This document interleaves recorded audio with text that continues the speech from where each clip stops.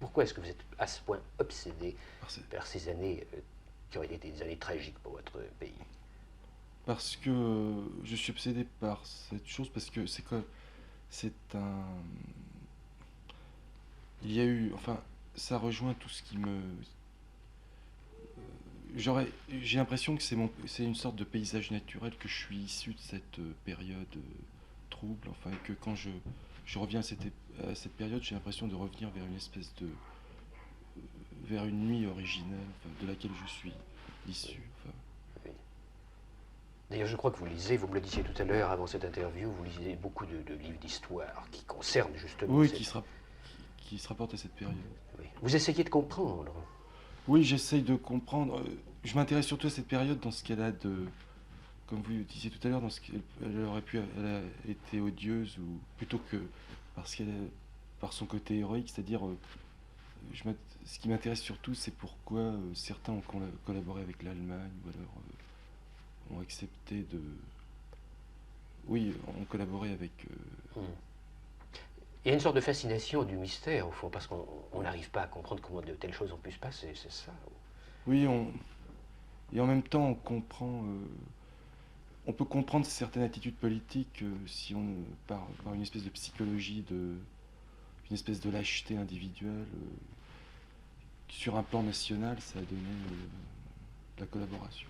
Est-ce que votre héros est un lâche? Ouais, je crois pas, c'est plutôt un. Il est.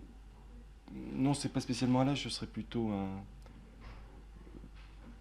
Il est un peu indifférent à tout ce qui est autour de lui. Et c'est plutôt un imposteur ou un indifférent qu'un lâche. Enfin. Est-ce qu'il joue? Non, il joue pas, il est entraîné malgré lui dans. Il est ballotté d'un côté et de l'autre sans avoir rien, finalement, sans savoir très bien où. Mais comment a-t-il été happé par les événements? Bah, il a été happé par les événements malgré lui, c'est-à-dire qu'il a. euh, Contre son gré, on l'a. Et comme il se laisse aller comme une espèce comme à la dérive, enfin. Oui.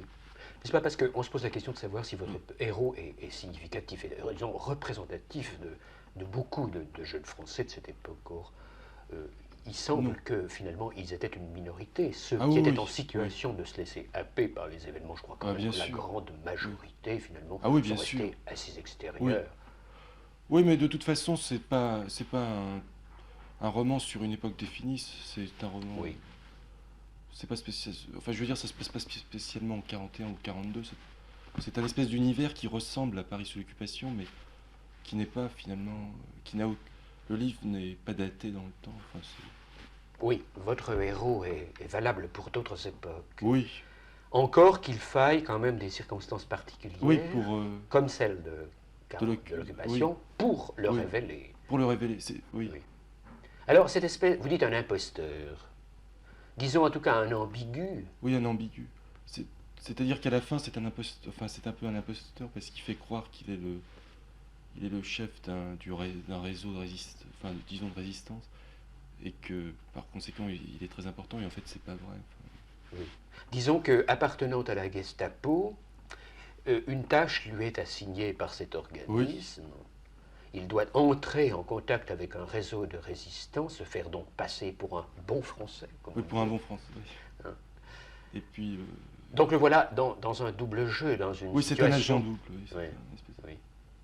Et alors, il est, vous dites, ni un traître, ni un héros. Au fond, c'est un type qui refuse de choisir, dans une époque très manichéenne où il faut Oui, être oui, d'un c'est côté ça. ou de l'autre. Il refuse, finalement, il a une attitude de fuite. Enfin,